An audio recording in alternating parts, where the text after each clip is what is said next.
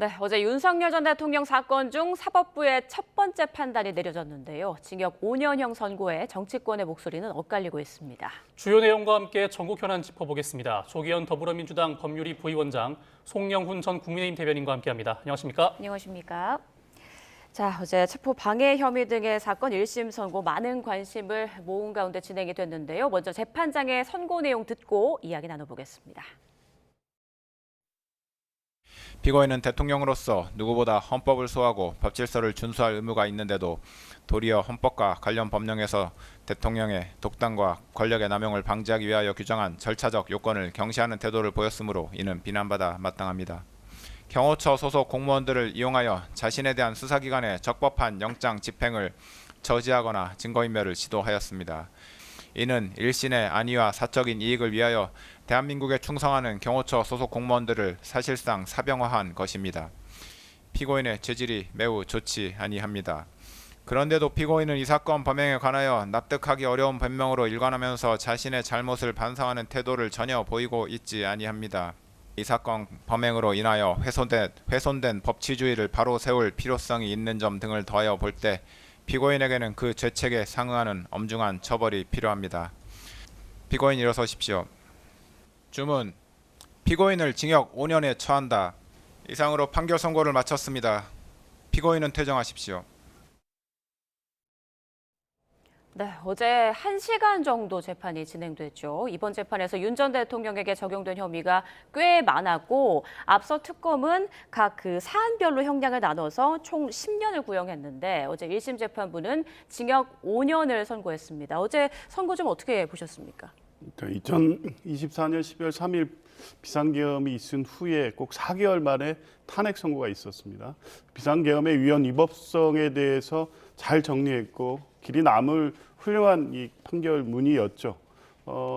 그때부터 사실 형사 재판이 시작됐는데 지금 7개월 가까이 끌어오는 과정에서 모든 국민은 윤석열 전 대통령의 재판 상황을 중계로 봤습니다. 그 궤변과 그 책임을 피하려고 하는 태도를 계속 봐왔는데 어제 그 첫 판결에서 이 윤석열 전 대통령의 범죄 혐의와 관련해서 그 주장이 얼마나 무모하고 법리적으로 성립될 수 없는지에 대해서 재판부가 하나하나 명확하게 판단을 했다는 점에서 훌륭한 판결이었다고는 보는데 다만 모든 유죄, 대부분의 유죄 인정에도 불구하고 양형이 실제 검찰의 구형에 비해서 절반밖에 안 됐다는 것. 예. 아마 국민의 법감정과는 맞지는 않는 것 같습니다.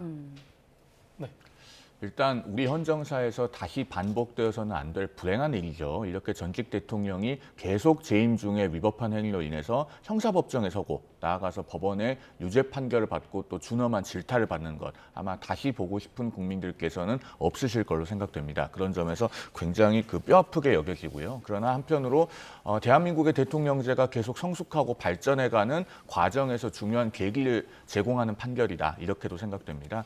민주화 이후로 기산하면은 88년에 출범한 육공화국의 대통령제는 한국 나이로는 39살, 만으로는 37살입니다. 아직도 성장하고 발전하는 과정 중에 있는데 그중에서 어제 판결은 대통령이 국무회의를 소집할 때는 모든 국무위원에게 통지해야 된다. 예. 그리고 대통령도 수사는 받을 수 있다. 또 내란죄와 같이 불소추특권이 없는 범죄 혐의에 대해서는 강제 수사도 가능하다. 또 그것을 저지하기 위해서 대통령 경호처 인력을 사병화하는 것은 절대로 있어서는 안 되는 일이다. 라는 것들을 확립한 계기로서 의미가 있다고 생각합니다. 앞으로 현재의 대통령, 미래의 대통령들에게도 두고두고 귀감이 되는 판결이 될 것이라고 생각합니다.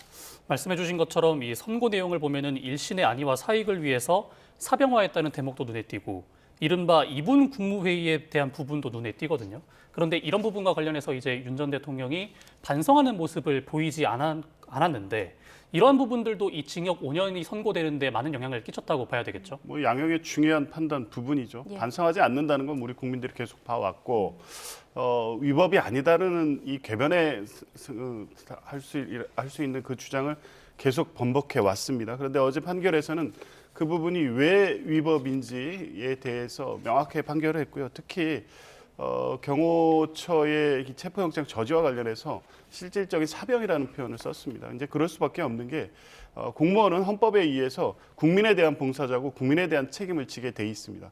대통령을 경호하는 것도 대통령 개인 윤석열을 경호하는 것이 아니라 국민의 대표자이고 국민으로부터 위임받은 권력을 행사하는 대통령을 지키라는 거죠. 국민을 지키라는 뜻입니다. 그럼에도 불구하고 탄핵 소추로서 직무가 정지돼 있었고 비상계엄 내란으로 수사를 받고 있는 피의자였던 윤석열 피의자가 본인의 어떤 체포영장, 그것도 법원에서 적법하게 발부된 체포영장을 저지하기 위해서 경호처 요원들을 동원했고 무력 사용까지 지시하는 상황이 낱낱이 드러났습니다. 이런 부분을 고려하면 범죄의 중대성이라든가 본인이 한 행위에 대해서 일말의 책임감이라도 재판 과정에서 보였어야 됩니다. 전혀 볼 수 없었죠. 아마 그런 부분이 양형에 중요하게 반영은 된 것 같은데 이제 그럼에도 불구하고 여러 가지 유죄 인정의 범죄 사실 그리고 양형상에서도 가중 요건이 대부분이었음에도 불구하고 검찰 구형량에 비해서 5년의 선고형은 적었던 것은 분명합니다. 네, 그런데 양형 이유 설명 가운데 이런 내용이 있었습니다. 형사처벌을 받은 적이 없는 초범이라는 점이 정상 참작됐다. 여기에 대해서는 어떻게 생각하세요? 초범 감경이 강하게 된 것으로 보이지는 않습니다. 예. 이 부분에 대해서는 사실 법률가들이 국민적인 오해가 없도록 잘 통역을 해드릴 필요가 있다는 생각이 들어요. 그러니까 피고인이 범죄 전력이 없는 경우에는 통상적으로 양형 이후에 초범이라는 내용은 기재합니다. 네. 다만 이번 사건 같은 경우에 과연 초범이라는 점이 양형에 적극적으로 참고가 되었냐 하면은 저는 그렇게 보이지는 않습니다. 왜냐하면 우리 대법원의 양형 기준을 보면 특수공무집행 방해 치상, 그러니까 단체나 다중의 위력을 보이거나 위험한 물건을 휴대해서 그 공무원의 적법한 공무집행을 방해하고 그 결과로 상해까지 이르게 했을 때 그때 양형 기준이 가중 영역으로 가면 징역 3년에서 7년입니다. 예. 그런데 이 사건은 치상이 없잖아요. 그러니까 상해를 입은 공무원이 있어서 특수공무집행 방해 치상으로 기소되진 않았고 특수공무집행 방해까지만 있는 겁니다. 네. 그런 상황에서 징역 5년이 나왔기 때문에 초범이라고 하는 것을 적극적으로 고려했다고 보이지는 않고 그다음에 특검이 징역 10년을 구형했지만 그중에 무죄 부분이 있죠. 그러니까 외신 담당 비서관에게 허위의 프레스 가이드를 주면서 공보하게 한 것. 진실 의무는 없다고 봐서 그 부분을 법률상으로는 처벌할 수 없다고 본 겁니다. 예. 그리고 국무위원 2명에 대해서는 늦게 도착했으니까 그것이 직권남용은 아니라는 것. 그리고 허위 공문서가 작성됐지만 그것이 행사되진 않았다는 것 등등의 일부 무죄가 존재하기 때문에 그런 부분을 빼고 양형을 한 것으로 보여요. 짧게만 덧붙이면은 어제 선고에서 양형은 궁극적으로 관건적이지는 않다고 봅니다. 왜 그러냐면 윤 전 대통령의 변호인들이 지금 항소할 뜻을 밝혔죠. 항소심에 가면 다음 달 19일에 1심이 선고되는 비상계엄 본류 사건도 항소심에 나중에 가게 될 텐데 예. 항소심에 가서는 결국 두 사건이 하나로 병합될 겁니다. 그리고 거기에서 하나의 형을 최종적으로 정하게 될 것이기 때문에 어제 선고는 양형이 그렇게 중요하진 않고 예. 어디까지가 유죄로 인정이 되어서 우리 헌정사의 선례로 남느냐 그 부분이 훨씬 더 중요했다고 봅니다. 어디까지 유죄로 남는지가 중요하다고 말씀을 해주셨고 앞서 이제 1심 판결을 두고 터무니없이 뭐 가벼운 형량이다 이런 말씀을 해주셨는데 반면 이 국민의힘 측에서는 아직 이에 대한 얘기가 없었고 또 이 사형구형이 내려졌을 때도 언급을 줄였단 말이죠. 이 민주당에서는 어떻게 보고 있습니까? 일단 뭐 민주당 입장에서는 대표가 이제 대변인 직접 이제 논평을 통해서 형량이 작은 거에 대해서 매우 강하게 비판을 했습니다. 지금 송영훈 변호사님 말씀하셨듯이 저도 이 유죄 판결의 이유 그리고 엄중한 이 법적 판단이 있었다는 것을 남기는 것 자체에 더 큰 의미가 있는 건 분명합니다만 그래도 결론은 국민들의 어떤 법 감정에 맞아야 됩니다. 특수공무집행 방해죄 같은 경우에 이제 상해가 있을 경우에 7년까지 가게 돼 있지만 대부분 사례를 보면 예를 들면 오토바이 운행 단속이라든가 음주 단속 과정에서 차나 오토바이로 살짝 밀었을 때 이런 경우에 보통 1년 6개월에서 2년정이 선고가 됩니다. 근데 이번 사태의 중대성이라든가 위험성이라든가 이런 걸 고려하면 적은 것은 분명해 보이고요. 그래서 아마 그 입장을 당에서는 공식적으로 밝혔습니다. 네. 국민의힘은 입장을 밝혀야죠. 매우 비겁하고 무책임합니다. 특히 이번 이 사건과 관련해서 체포 방해하는데 같이 관저에 몰려가서 체포영장 집행 저지를 같이 한 바도 있고요. 공수처의 수사권이 없다라든가 체포영장 자체가 위법하다라든가 이런 주장을 계속 같이 해왔습니다. 그게 직간접적 영향을 미쳐서 서부지법 폭동 사태로 이어진 겁니다. 사과라도 하셔야죠. 어떤 구체적 내용의 입장에 대해선 아직도 윤석열 대통령을 내치지 못하니까 그걸 의식할 수밖에 없는 처지는 이해하겠습니다만, 국민들이 보시기에 국민의힘 의원들이 이 재판과 관련해서 한 행위들이 있는데 아무런 입장을 밝히지 않는다? 오히려 이제 국민들의 그 부분을 어떻게 생각하실지에 대해서는 전혀 고려하지 않는 것 같습니다. 네, 국민의힘이 입장을 밝혀야 한다, 사과해야 한다라는 말씀해 주셨어요. 그래서 저도 어제 저희 당의 박성훈 수석 대변인께서 윤 전 대통령은 이미 당을 떠나신 분이다라고 하셨는데, 저는 그렇게 답하는 것보다는 차라리 국민들께 한마디를 하더라도 입이 10개라도 드릴 말씀이 없다, 이렇게 말씀드리는 것이 더 나았을 거라고 생각합니다. 왜냐하면은 작년 5월에 윤 전 대통령이 탈당을 했으니까 당을 떠난 분인 것은 사실관계는 맞죠. 그런데 그렇게 말씀드리는 것이 지금 이 상황과 시점에 국민 정서에 맞겠는가라는 부분을 생각해야죠. 정당이라고 하는 것은 국민의 마음을 얻어야 되는 것입니다. 그리고 그동안에 국민의힘이 사실 이 비상계엄에 대해서 정말 진솔하게 사과드린 것인지에 대해서 여전히 의문을 갖고 있는 국민들께서 많이 계십니다. 이번 달 7일에 장동혁 대표가 계엄에 대해서 사과하면서도 윤 전 대통령과의 절연은 명시적으로 언급하지 못하지 않았습니까? 그런 상황이기 때문에 여기서 이미 당을 떠나신 분이라고 하는 것만으로는 국민들께서 매우 미흡하고 부족하다고 보실 겁니다. 뭐 저는 현재 당에서 대변인을 맡고 있지는 않습니다만 저라도 국민들께 송구하다는 말씀을 대신 드리고 싶습니다. 네. 자, 이제 2심에 가서 또 재판부의 판결을 들어봐야 할 텐데, 2심은 내란 전담 재판부에서 맡게 되는 건가요? 네, 그렇습니다. 뭐 이제 2월 19일에 지금 내란 우두머리죄 선고까지 남아 있고요. 아마 그 직후에 지금 서울고등법원에 설치되는 내란 전담 재판부에서 1심 선고된 사건들 항소될 경우에 곧바로 사건을 이첩받아서 재판 준비를 할 것으로 보이고요. 아마도 이제 지금 먼저 선고돼서 선고일이 비슷한 사건들은 병합돼서 같이 심리되지 않을까 싶습니다. 이후에 이제 뭐 한덕수 국무총리 관련된 재판 등등 연달아서 이 내란 혐의자 관련 재판들이 이어지고 있기 때문에 이런 사건들은 전부 내란 전담 재판부로 넘어가게 돼 있습니다. 네, 3대 특검에서 다루지 못한 의혹도 17개가 되는데, 수사 대상으로 최장 수사 기한은 170일이고 이게 지방선거까지 수사가 이어질 거라는데, 이 보수 여권에서는 정치 수사라는 비판이 나오고 있거든요. 그렇죠. 지금까지 특검을 할 만큼 충분히 하지 않았습니까? 이른바 3특검이라고 하는 것이 헌정사상 최장기간, 최다인력, 최강의 권한을 갖고 했습니다. 최다인력이라고 하는 것은 김건희 특검과 그 조은석 특검팀의 특검보 파견검사 숫자만 합해도 133명이거든요. 그런데 서울 동부지검과 서부지검의 검사 전체 정원을 합하면 135명입니다. 서울의 중요 지검 2곳의 전체 정원을 합한 만큼의 규모가 3대 특검 중 2개 특검이었어요. 여기에 지금 해병특검은 넣지 않은 숫자입니다. 그걸 헌정사상 최장기간인 180일이나 했습니다. 그리고 공소시효도 정지해주는 등 막강한 권한을 갖고 수사를 했습니다. 그러면은 나머지 밝히지 못한 범죄 수사 의혹이 있다면 그런 것들은 민주당 스스로가 검찰을 폐지하면서 경찰이 충분히 수사권과 수사 역량을 가져도 된다라는 입장에 서 있는 이상 그것은 국가수사본부나 그 밖의 경찰 조직에서 수사하도록 하는 것이 논리적으로 맞죠. 그럼에도 불구하고 또 특검을 한다면은 우린 두 가지를 짚어봐야 됩니다. 첫째, 특검은 원래 예외적으로 하는 겁니다. 그런데 특검이 오히려 상시화됩니다. 두 번째, 정권의 입맛에 맞게 수사하고 싶은 사건은 특검을 하면서 그 밖에 일반 국민들의 사건에서는 이른바 수사와 기소의 분리라는 미명하에 둘을 쪼개놨습니다. 사실은 수사와 기소를 다 같이 하는 것이 훨씬 더 효율적이고 강력하다는 것을 특검을 반복해서 하는 민주당과 이재명 정부 스스로가 잘 알고 있습니다. 그러면은 이 지점에서 우리 국민들께서 물어야 될 것은, 아니 그러면은 왜 일반 국민들의 사건에 대해서는 수사와 기소를 분리하고 검찰을 폐지하느냐, 이런 선택적 수사 기소 분리, 선택적 검찰 폐지에 대해서 이것이 올바르냐고 물어야 될 때다라는 말씀을 좀 근본적으로 드리고 싶습니다. 네, 설명해 주신 것처럼요. 윤 전 대통령에 대한 첫 1심 선고가 내려진 어제 국회에서는 2차 종합특검법이 민주당 주도로 통과됐습니다. 관련해서 나온 현장 목소리 듣고 이야기 나눠보겠습니다. 전 정권 부감 참시하는 특검 올릴 그런 시간에 통일교 특검을 하루라도 빨리 해야 된다. 2차 종합특검법을 발의한 이유는 오직 하나입니다. 이 12.3 내란을 완전히 끝장내기 위해서입니다.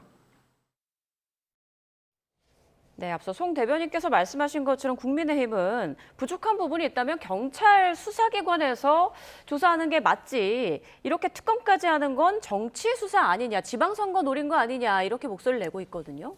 일단 먼저 이거 자꾸 지방선거용이라고 주장하는데요. 지방선거에 영향을 미치지 않게 할 그 수단은 국민의힘이 쥐고 있습니다. 윤석열 전 대통령, 김건희 씨와의 관계를 명확히 정리하면 됩니다. 수사를 통해서 단죄해야 된다는 국민 여론이 높습니다. 물론 3특검이 꽤 장시간의 수사기간이 있었고 물론 다른 특검에 비해서 수사 인력도 많았던 건 사실이지만 그만큼 수사 대상이나 46년 만에 내란 사건이라 초유의 수사 대상 사건이 있었습니다. 기존의 어떤 특검과 단순 비교할 수 없고요. 또 그에 비해서 이 윤석열 전 대통령이나 김건희 씨 또 관련 내란 또 김건희 씨 관련된 비리 의혹 관련 이 자들이 수사에 굉장히 비협조적이었습니다. 반면에 파견된 검사들이 일부 중도에 또 다시 복귀하는 일도 있었습니다. 여러 가지 상황이 있었습니다. 절차와 과정에 대해서 비판할 수 있지만 중요한 건 결과입니다. 그러니까 내란, 외환, 김건희 씨 비위와 관련돼서 수사를 하지 못했던 부분, 이 부분에 대해서 명확히 수사하고 결론 내리고 단죄해야 되지 않겠습니까? 오히려 국민의힘이 이 부분이 자꾸 그 지방선거에 영향을 미쳐서 불리할 것 같다라고 판단을 한다면 김건희 씨, 윤석열 전 대통령에 대해서 빨리 특검에서 수사해서 사안을 종결시키자.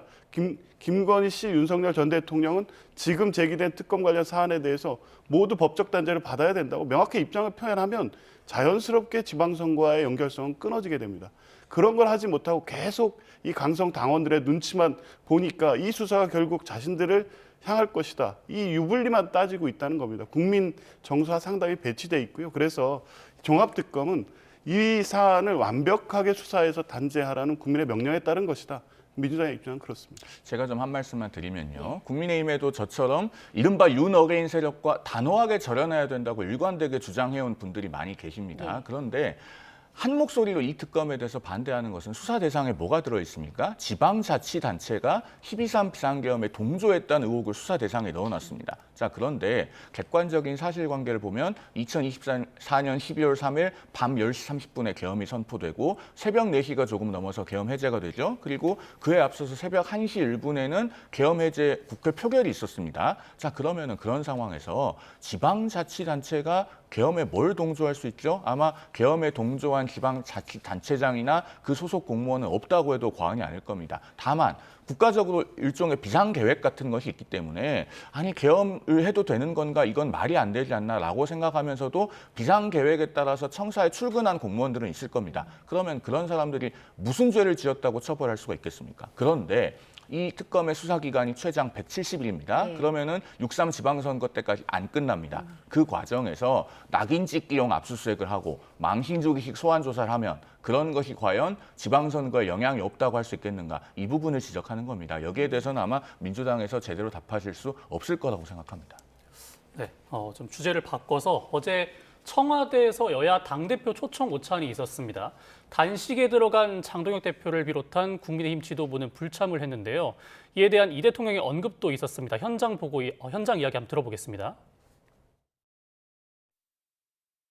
야당의 우리 대표단 여러분께도 대외 관계, 국가 안보나 외교상의 문제에 대해서는 가급적 힘을 좀 모아주십사 하는 부탁을 다시 한번 꼭 드리고 싶습니다. 당적을 가지고 있기는 해도 전 국민을 대표해야 되는 그런 위치에 있기 때문에 파란색이기 위해서 반드시 노력해서는 안 된다. 그럼 빨간색이 섭섭하지 않겠어요? 빨간색이 안 보이는데 오늘. 네. 오렌지색. 아, 오렌지. 오렌지색. 네, 보신 것처럼 어제 이 대통령이 빨간색이 보이지 않는다라며 이제 불참을 언급을 했는데 또 오렌지색 얘기도 나왔고요. 어제 오찬 어떻게 보셨습니까? 일단은 이재명 대통령 계속 반복해서 민주당의 대통령이 아니다, 전 국민의 대통령이다라고 말씀하고 있고요. 특히 어제 같은 경우에는 최근에 중국 국빈 방문, 시진핑 주석과의 정상회담, 그리고 곧이어서 일본 이 총리와의 정상회담 등 상당한 외교적 성과, 또 그런 부분에 대한 설명의 자리였습니다. 통상적으로 이러한 방식의 이 여야 대표 초청 오찬에 불응하는 경우가 그렇게 많지 않았습니다. 장동혁 대표가 단식도 시작하시고 실체적으로 아니 정치적으로 어려운 상황인 거는 분명하지만 이런 자리에는 오시는 게 맞죠. 그리고 윤석열 전 정부 때 정치 부재의 상황을 얼마나 오랫동안 봐왔습니까? 당시 민주당에서는 계속적으로 영수회담이든 어떤 형식이든 대화를 요청했지만 단 한 번도 응하지 않았고요. 국민의힘 대표단이 그 부분에 대해서 중재하면서 정치를 복원하기 위한 노력도 하지 않았습니다. 결국 그 상황이 비상계엄으로 이어진 거 아니겠습니까? 그 과정에서 총선 대패 이후에 딱 한 번 영수회담이 있었죠. 그 자리를 이재명 대표는 잘 활용했습니다. 물론 총선에서 승리한 이유이기 때문에 민주당한테 유리한 이 국면이긴 했지만 그 상황에서 윤석열 전 대통령의 여러 가지 문제점에 대해서 공개된 언론을 통해서 말씀함으로써 여론에서 국민적 동의를 더 얻어갈 수 있었던 겁니다. 그런 기회가 이렇게 제공되고 있는데 무조건 외면하고 외부에서 비판만 하고 그러니까 윤석열 정부 때 정치 부재를 만들었던 당시 여당이 야당이 돼서도 오히려 전략적으로 이런 상황을 활용해서 국민적 지지를 받을 수 있는 여러 가지 전략적 선택이 있음에도 불구하고 무조건 외곽에서 비판만 하니까 국민 전체의 대통령을 자임하고 있는 이재명 대통령으로서는 서운하고 답답할 수밖에 없다고 봅니다. 네. 자, 어제 송원사 국민의힘 원내대표 같은 경우는 지금 한가한 오찬쇼를 할 때가 아니다라고 말을 하면서 이 대통령에게 영수회담을 제안했단 말이죠. 아무래도 지금 이 대통령이 통합을 계속 강조하고 있기 때문에 받아들이지 않을까 싶은데 이런 제안과 또 앞으로 이루어진다면 어떤 이야기들을 주고받을까요? 일단 이재명 대통령은 본인이 야당 대표이던 시절에 어떻게 행동했고 또 어떤 마음을 가졌었는지 좀 돌아보셨으면 좋겠습니다. 윤석열 정부 시절에 대통령이 주재한 신년 인사회에 이재명 대통령이 참석한 적은 한 번도 없습니다. 민주당 대표였는데요. 그리고 영수회담을 굉장히 간절하게 원하지 않았습니까? 그래서 2024년 4월 총선 이후에 영수회담이 실제로 열렸을 때는 여의도와 용산이 굉장히 가까운데 여기 오는데 700일이 넘게 걸렸다고도 했습니다. 그런 마음을 기억하고 있다면은 사실 야당과의 대화에 보다 적극적으로 나서야 됩니다. 그 야당과의 대화라고 하는 것은 실질적으로 민주당과 공동 여당이나 다름없는 우당의 지도부들이 대거 포함되어 있는 그러니까 조국혁신당, 진보당, 기본소득당, 사회민주당 이런 군소정당들까지 대표들이 한자리에 모여있는 자리에서 밀도가 낮은 대화가 이루어지는 것이 아니라 정말 야당의 주요 지도자들과 대화를 해야죠. 그리고 그 자리에서는 굉장히 불편한 이야기도 들어야 됩니다. 지금 2차 종합특검을 한다고 하지만 국민적으로 여망이 높은 특검은 어떤 겁니까? 대장동 항소 포기, 통일교 게이트, 민주당 공천 게이트 같은 이른바 흰삼 특검을 해야 된다는 목소리가 높거든요. 그런 부분에 대해서 국민적인 비판의 목소리를 야당의 주요 정치인들로부터 제대로 듣고 거기에 대해서 또 납득할 만한 답을 하고 이런 과정이 있어야 실질적인 대화라고 할 수 있을 것이다 라는 말씀을 드립니다. 네, 영수회담 제안과 함께 2차 종합특검 필리버스터 주자로 이제 개혁신당 천하람 대표가 나서면서 국민의힘과 이 개혁신당 연대전선 관심을 받고 있거든요. 이거는 좀 어떻게 보고 계십니까? 선거용 연대죠. 당연히 그 방향으로 갈 거라고는 봤습니다만 야당이 각자의 어떤 정치적 이해관계에 따라서 연대하는 거에 여당이 뭐라 가타부타 언급할 필요는 없겠습니다만 적어도 이 중요한 통일교 특검과 관련해서 이 특검을 매개로 해서 정치적 연대를 하는 것은 국민들 보시기에 이렇게 좋게 보이지는 않을 겁니다. 왜냐하면 특검 민주당 안 하겠다고 하지 않지 않습니까? 그러니까 통일교 특검은 본질은 정교 유착입니다. 당연히 당시 대선 당시에 당원들을 가입시켜서 실제 이 대선에 개입하려고 했던 신천지까지 포함돼야 되죠.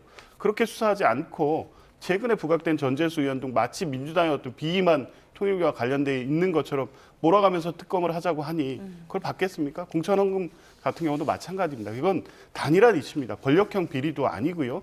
그냥 민주당과 관련된 의원들 간의 의혹이 나온 겁니다. 경찰이 수사해서 밝히면 됩니다. 지금 강제수사 절차에 착수하지 않고 있습니까? 했지 않습니까? 수사 절차가 미진하면 비판하십시오. 근데 결과를 보고 얘기해도 되고 이런 사안까지 특검 가져갈 거면 경찰이나 검찰이 왜 필요하겠습니까? 경찰 수사를 지켜보고 특검을 논해도 늦지 않는데 이걸 매개로 두 당이 정치적 연대를 선언하고 정치적 행보를 하고 있으니 선거용으로 자꾸 정치 상황을 악용하고 있다 이렇게 볼 수밖에 없습니다. 제가 정말 딱 20초만 말씀드릴게요. 우리 국민들께서 수사 상황을 지켜볼 만큼 지켜보셨다고 생각합니다. 힘 있는 집권 여당의 전직 원내대표이다 보니 민주당 윤리심판원에서 제명 결정할 때까지는 경찰이 압수수색도 안 하고 있다가 그제서야 비로소 압수수색을 한다고 했는데 그 근거조차도 확보하지 못하고 그동안에 증거가 은닉되거나 사라질 만한 시간을 충분히 벌어주는 과정, 우리 국민들께서 다 보셨고 그렇기 때문에 특검하자는 여론이 나오고 있는 것이다라는 말씀드리겠습니다. 네, 알겠습니다. 두 분 말씀 여기까지 듣겠습니다. 지금까지 조기현 더불어민주당 법률위 부위원장, 송영훈 전 국민의힘 대변인이었습니다. 고맙습니다.